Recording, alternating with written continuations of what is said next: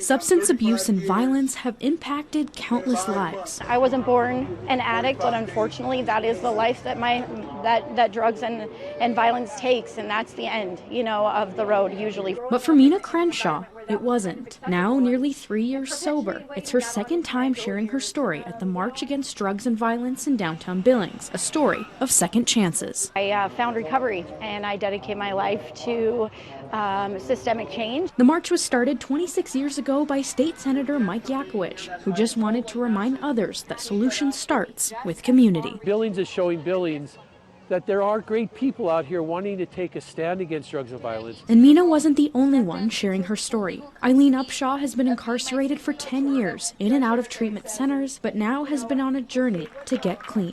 They say that I've changed, and it just feels really nice to be here and recognized for what I'm doing. She credits the recovery program at Passages in getting her there, and they're one of the many showing others like her where to go. I literally came from nothing, and I'm here today. Everybody can kind of think about it, everybody can talk about it, but until that first person, that first group comes out and says, hey, we're going to stand up against it, that people don't feel like they can take that action. But even as there's hope, tragedy can still cast a shadow. She was almost done with her schooling to be an addictions counselor. She just wanted to make the world a better place.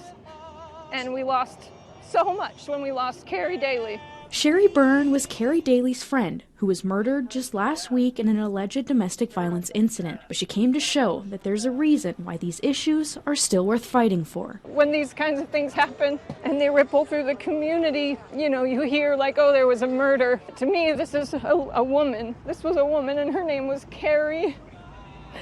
And she was wonderful and lovely, and she's going to be remembered for more than the way she died. For these women and others still fighting, this march is a declaration of hope and a promise that it's never faced alone. Oh, it's not my finest moment, but at the end of the day, it makes it worth it, because this is not all for nothing.